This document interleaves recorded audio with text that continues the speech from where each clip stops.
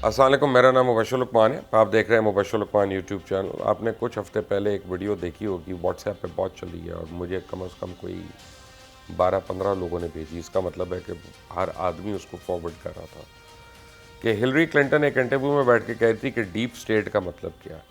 और deep state का मतलब समझाने के लिए वो पाकिस्तान और ISI और वो इंतखाबात हमारे जो समझा रही थी कि कैसे हुकूमतें बनाई जाती हैं और कैसे हुकूमतों को गिराया जाता है। तो अब ये जो हो रहा है सारे का सारा अमेरिका के अंदर, मेरा ख्याल है हिलरी क्लिंटन को डीप स्टेट का असल मतलब अब समझ आ जाना चाहिए। ना वहाँ पे ISI है, ना वहाँ पे MI है, ना वहाँ पे स्पेशल ब्रांच है, ना वहाँ पे IB है।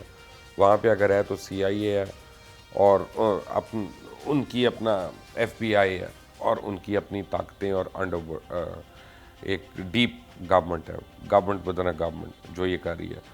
मैं इसलिए कह रहा हूँ कि वो कर रही है क्योंकि डोनाल्ड ट्रंप ये कह रहे हैं और डोनाल्ड ट्रंप भारत अमेरिका के अभी भी सदर हैं और रहेंगे अगले कुछ महीने तक वो, यानी 2 महीने तक तो रहेंगे वो। तो अगर अमेरिका का सदर ये कहता है कि वहाँ पे उसके साथ इंतखाबात में धांधली हो रही है, और चाहे वो जिस फर्जी वजह से कह रहा हो, चाहे वो एक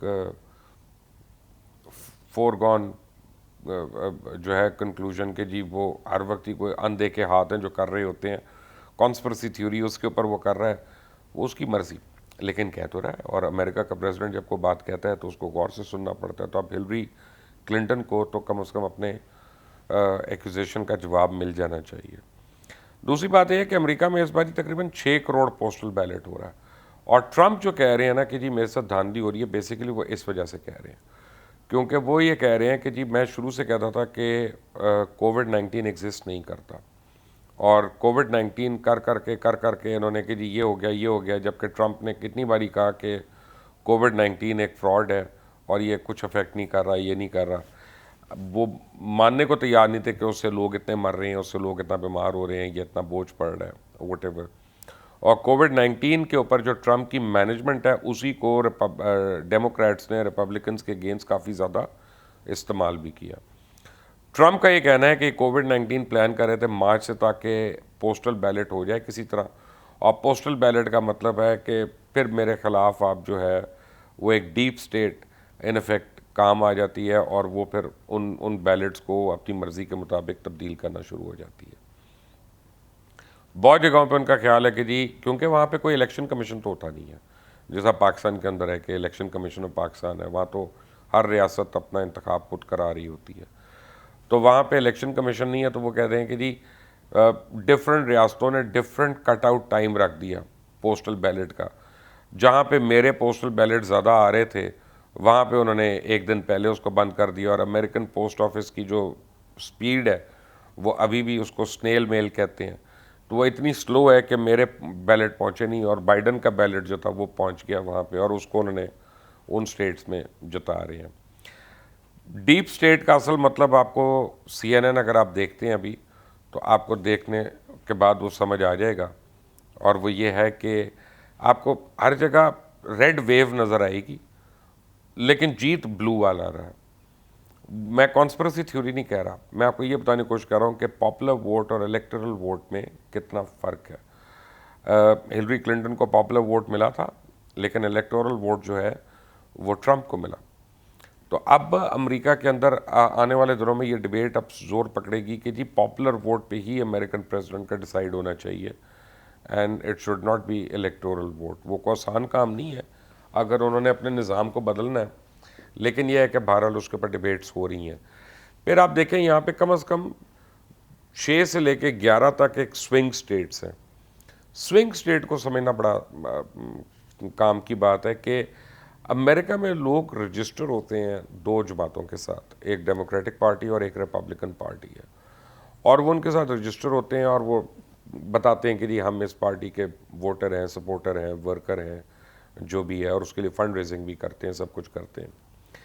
तो जहाँ पे जो रजिस्ट्रेशंस होती हैं, जिन स्टेट पे 50-50 है या 49-50 है या 51-49 इस तरह से है, तो वो कहते हैं कि ये स्विंग स्टेट है कि अगर 2% लोगों ने उस दिन तंग आके दूसरी साइड पे वोट डाल दिया तो वो स्टेट फ्लिप कर जाएगी, वो स्टेट जो है वो स्विंग कर जाएगी। जैसे फ्लोरिडा के ऊपर बड़ी उम्मीदें थी डेमोक्रेट्स को, और फ्लोरिडा जो है वो स्विंग कर गई रिपब्लिकन्स के लिए। और इस वक्त ट्रंप को बहुत वाज़ेह विक्ट्री जो है फ्लोरिडा पे हुई। फ्लोरिडा के ऊपर बाइडन को क्यों उम्मीद थी जीतने की? क्योंकि फ्लोरिडा की बहुत बड़ी आबादी जो है वो हिस्पैनिक्स पे है, मैक्सिकन्स पे है, इमिग्रेंट्स पे है, पाकिस्तानीज पे है, इंडियंस पे है, और इन सारों पे। तो उनका ख्याल था कि मायामी और की वेस्ट तो टोटल हमारा वोट है। फोर्ट लॉडरडेल में ट्रंप को पड़ेगा, जैक्सनविल के कुछ एरियाज़ हैं जहाँ पर उनको पड़ेगा, लेकिन टैंपा और ये सारा जो एरिया फ्लोरिडा का, इसमें हमें वोट पड़ेगा। तो इस तरह से उसको डिवाइड करें। लेकिन जब वोट पड़ा तो वो अब बहरहाल इलेक्टोरल वोट सारे उसको मिल गए और वो रिपब्लिकन्स की तरफ हो गया। हमेशा ये कहा जाता है कि स्विंग स्टेट्स में, जैसे ओहायो जो है बड़ी क्रिटिकल है, कि ये जिस साइड पे ओहायो स्विंग करती है वो इलेक्शन जीत जाता है। लेकिन इस दफ़ा तो मेरा ख्याल है कि ओहायो जो है वो डोनाल्ड ट्रंप जीत चुके हैं, लेकिन ओवरऑल इलेक्शन हार रहे हैं। तो डोनाल्ड ट्रंप के हामी जो है उन्होंने तो हर जगह हंगामे भी शुरू कर दिए हैं, जिसकी लोगों को उम्मीद थी, तवक्को थी। आपको याद होगा कि 4 दिन पहले तस्वीरें आना शुरू हो गई थी, वीडियोज़ आना शुरू हो गई थी कि दुकानदार जो है वो कार्डबोर्ड और बिल अपने प्लाईवुड वगैरह जो अपनी शीशों के ऊपर ठोक रहे थे कीलों से, और उनको लगा रहे थे कि अगर यहाँ पे पथराव वगैरह हो तो हमारा नुकसान ना हो। तो इस वक्त न्यूयॉर्क स्टेट में आज काफ़ी ज़्यादा लोग भी गिरफ्तार हो गए हैं जो धांधली का इल्ज़ाम लगा रहे थे और मुतालबा कर रहे हैं फ्रेश इलेक्शन का। वहाँ पे लगता है वहाँ पे भी पीडीएम बनने वाली है। वाशिंगटन डीसी में कल शाम को बहुत बड़ा मुजाहरा हुआ और 50 के करीब लोगों को हिरासत में लिया गया वहाँ पे। लेकिन वो लोग जो थे वो ब्लैक लाइव्स मैटर के ऊपर कर रहे थे, और वो जो है इलेक्शन के ख़िलाफ़ कैंपेन नहीं थी। लेकिन मुझे ये ब्लैक लाइव्स मैटर भी समझ नहीं आ रही। अब देखें, यहाँ पे डीप स्टेट काम कर रही है, अगर है, जो कि होती है। वो ये कि मिशिगन का जो इलाका है वो जो बाइडन को असूलन बड़े आराम से जीत जाना चाहिए था। उनका मिशिगन के अंदर डेट्रॉइट वगैरह ये सारे एरियाज़ आते हैं, शिकागो की एक एज जाती है पूरी, और वहाँ ज़्यादा एफ्रो अमेरिकन हैं, वहाँ लेबर कम्युनिटी है, वहाँ पे फोर्ड का प्लांट है, वहाँ पे जनरल मोटर का प्लांट है, वहाँ सारे ये काम करने वाले वर्कर्स हैं जो बेरोज़गार हुए हैं, और जिनको हम आम फहम ज़ुबान में काला कहते हैं या एफ्रो अमेरिकन कहते हैं उनको। तो वो लोग हैं वहाँ पे। तो वहाँ पे अगर नेक टू नेक जा रहा है, यानी हो सकता है बाइडन जीत जाएं, अभी तक जो इंडिकेशंस हैं वो कि मिशिगन जीत जाएंगे, लेकिन यह है कि बहुत नैरो मार्जिन से। तो इसका मतलब है कि एफ्रो अमेरिकन की एक बहुत बड़ी तादाद है जिन्होंने डोनाल्ड ट्रंप को वोट दिया। वो क्यों दिया उन्होंने? अगर वाकई ब्लैक लाइव्स मैटर इतनी बड़ी कैंपेन है जो जॉर्ज फ्लॉयड के मर्डर के बाद चल रही है, तो ये एक बड़ी सरप्राइजिंग सी बात थी। इस इलेक्शन ने यह भी साबित कर दिया कि अमेरिका में जो ओपिनियन पोल्स होते हैं उनकी कोई वैल्यू नहीं है। और ये जो अमेरिकन ओपिनियन पोल्स को हम पाकिस्तान में भी कोट कर रहे होते हैं कि जी गैलप ने ये कह दिया तो फलां ने ये कह दिया, कोई इतना बड़ा लीडर, कोई इतना फेवरेट लीडर, तो अब पता चला कि उनकी वैल्यू नहीं है, क्योंकि ये लोग करते अपनी मर्जी के पोल हैं। एग्जिट पोल्स जो हैं इनके वो भी गलत साबित हो रहे हैं, और वो भी नज़र आ रहा है कि वो नहीं है। अब एग्जिट पोल में ज़रा सी एक और ट्रिकी फैक्टर भी है। ट्रंप का जो सपोर्टर है ना, वो मीडिया का हामी नहीं है, वो मीडिया को कुछ समझता नहीं है। मेजॉरिटी ट्रंप के सपोर्टर्स जो हो सकता है उनके घरों में अखबार भी ना आता हो, और वो पढ़ते ही नहीं है उनको, वो अपना अपना काम करते हैं, वो अमेरिकन ड्रीम में ज़िंदा हैं, वो अपनी बडवाइज़र, अपना सोशल सिक्योरिटी, अपना वीकेंड, अपना हेल्थ केयर, इनको इन चीज़ों का इंटरेस्ट है। जबकि जो डेमोक्रेट्स हैं वो काम करने वाले हैं, वो ब्लू कॉलर हैं, वो वाइट कॉलर हैं, और वो लोग जो हैं वो बहुत इंटरेस्ट लेते हैं अपने करंट अफेयर्स वगैरह में। तो इस बारी अमेरिकन इलेक्शन में ना गे राइट्स की बात हुई है जो हमेशा होती है, ना फॉरेन पॉलिसी की बात हुई है कि जी कौन ट्रुप्स वापस ला रहा है, किसने जंग नहीं शुरू की, या किसने जंग शुरू की, या कौन जो है वो हमारा ज़्यादा मुहाफिज है वहाँ पे। बात हो रही है चाइना के अगेंस्ट कि जी चाइना हमारे जॉब्स लेके जा रहा है। बात हो रही है उनकी स्टूडेंट्स की आड़ में कि चाइना के ऊपर जो इल्ज़ाम लग रहा है कि वो हमारी स्पाइंग कर रहे हैं यहाँ पे और हमारी टेक्नोलॉजी चोरी कर रहे हैं। आप देखें रिपब्लिकन्स की एक बहुत बड़ी तादाद खुश है ट्रंप से कि जी वो WHO को उसने कहा हमने पैसे नहीं देने, क्योंकि वो कहते हैं कि ये पैसे अमेरिका देता है और बाकी ममालिक पे यूज़ होते हैं, जबकि अमेरिका का पैसा अमेरिका के अंदर और अमेरिका की हेल्थ केयर पे यूज़ होना चाहिए। सो काफ़ी ऐसी चीज़ें हैं कि जो रिपब्लिकन जो हैं वो उनकी वजह से पोलराइजेशन अमेरिका के अंदर बहुत बढ़ गई है।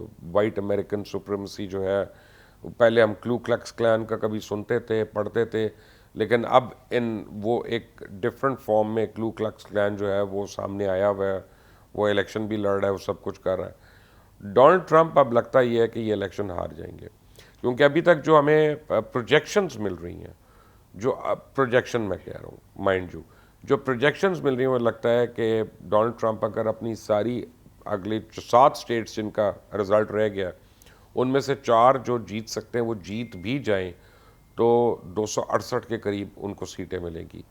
लेकिन जो 2 स्टेट्स अभी नथी की जा रही हैं जो बाइडन के साथ, कि जो बाइडन वो जीत रहे हैं, तो जो बाइडन को अपना मुकर्ररा हदफ जो है 270 वोट्स का, इलेक्टोरल वोट्स का, वो लगता ही है कि अब कल रात तक या कल दोपहर तक उनको मिल जाएगा और वो अमेरिकन प्रेसिडेंट अगले बन जाएंगे वाइट हाउस में जाने के लिए। ट्रंप की जो पार्टी है वो काफ़ी क्लेम कर रही है कि जी हमने सुप्रीम कोर्ट में जाना है, लेकिन मेरा ख्याल है कि उनके लिए इतना आसान नहीं है, क्योंकि जो लॉज का मुझे पता चला है अमेरिकन लॉज का, उसमें यह है कि पहले उनको अपने स्टेट के गवर्नमेंट के आगे उनको फाइल करना है कि जी स्टेट में ये हुआ, जैसे नेवाडा में अगर कोई कहता है या एरिजोना में या कोलोराडो में, तो उसके बाद जब उनका अटॉर्नी जनरल कहता है कि हाँ this case is fit to go to the Supreme Court, only then it can go to the Supreme Court. तो अभी एक वो स्टेज है, लेकिन जब वो सुप्रीम कोर्ट जाते हैं तो कई बिलियन डॉलर जो है इस इलेक्शन पे लग चुका है, दोनों साइडों का, दोनों उम्मीदवारों का। तो उनको मज़ीद फंड रेजिंग करनी पड़ेगी, और वो फंड, क्योंकि अमेरिका में जब आप सुप्रीम कोर्ट में जाते हैं और आप उतने महंगे लॉयर्स को हायर करते हैं, तो वो कोई 10-10, 20-20 हज़ार डॉलर वाले तो लॉयर है नहीं, तो वो तो मिलियंस ऑफ डॉलर्स में वो पेमेंट्स जानी है, तो उसके लिए बाकायदा पार्टी को फंड रेजिंग करनी पड़ेगी। तो देखना ये है कि वो फंड रेजिंग कब तक होती है, उसका टाइम गैप क्या है, और फिर वो टाइम पे वो सबमिट कर सकते हैं कि नहीं कर सकते। So there is many a slip between the cup and the lip.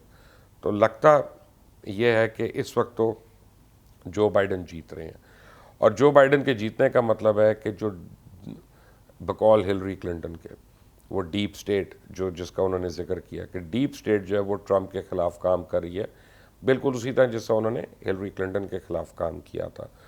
तो डीप स्टेट इसका मतलब है कि ट्रंप की किसी न किसी पॉलिसी से तो नाखुश है, या तो वो डोमेस्टिक फ्रंट पे है या फॉरेन फ्रंट पे है। डोमेस्टिक फ्रंट का तो समझ आता है, फॉरेन फ्रंट पे है तो फिर इसका मतलब है कि मिडल ईस्ट, ग्रेटर इजराइल, वो पैलेस्टीनियन पीस और ये सारी चीज़ें जो हैं अब वो क्वेश्चन मार्क उनके ऊपर आएगा।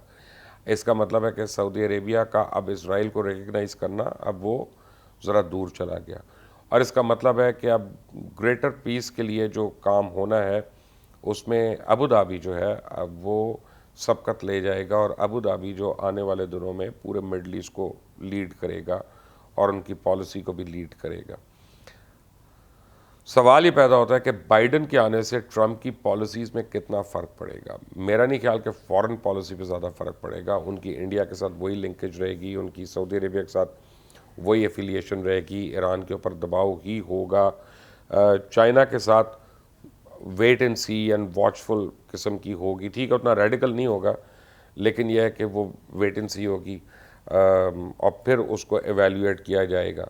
लेकिन जो उनकी डोमेस्टिक पॉलिसीज़ हैं उसमें काफ़ी तब्दीलियों की गुंजाइश है, और मुझे लगता है कि वो होंगी। और अब आने वाले दिनों में देखना है कि डेमोक्रेट्स और रिपब्लिकन्स दोनों इस डीप स्टेट के बारे में क्या कहते हैं। डोनाल्ड ट्रंप तो मुझे लगता है वो सारे वो नारे मार रहे हैं जो यहाँ पे मियां नवाज शरीफ मारते थे इलेक्शन के बाद, कि पहले उन्होंने 12 बजे रात को खड़े होकर कह दिया हम इलेक्शन जीत गए, लेकिन हमें 2/3 मेजॉरिटी दोगे तो हम आएंगे, वरना हम नहीं आएंगे, हमने आधी बचौधी हुकूमत नहीं लेनी। तो उसके बाद जी वो 2/3 मेजॉरिटी भी आ गई। तो ट्रंप ने वही किया। अब देखना यह है कि जो आखिरी 4 स्टेट्स हैं, 7 स्टेट्स हैं, इनमें ट्रंप को 4 तो मिल रही हैं, लेकिन उनके अलावा 5वीं मिलती है कि नहीं मिलती। अगर वो नहीं मिलती तो डोनाल्ड ट्रंप अगले प्रेसिडेंट नहीं है यूनाइटेड स्टेट्स के, और 30 साल में पहली बार ही होगा कि एक सिटिंग प्रेसिडेंट जो है वो अपनी इलेक्शन कैंपेन हार जाएगा। हालांकि इस बार ही अमेरिकन इलेक्शन में टर्न आउट बहुत ज़्यादा था। 100 साल के बाद इस तादाद में लोगों ने आके वहाँ पे वोट डाला, अपने राय का इस्तेमाल किया। इसका मतलब है कि average American is seriously concern कि उसका मुल्क कैसे चल रहा है, and they have an opinion कि वो कैसे चलना चाहिए।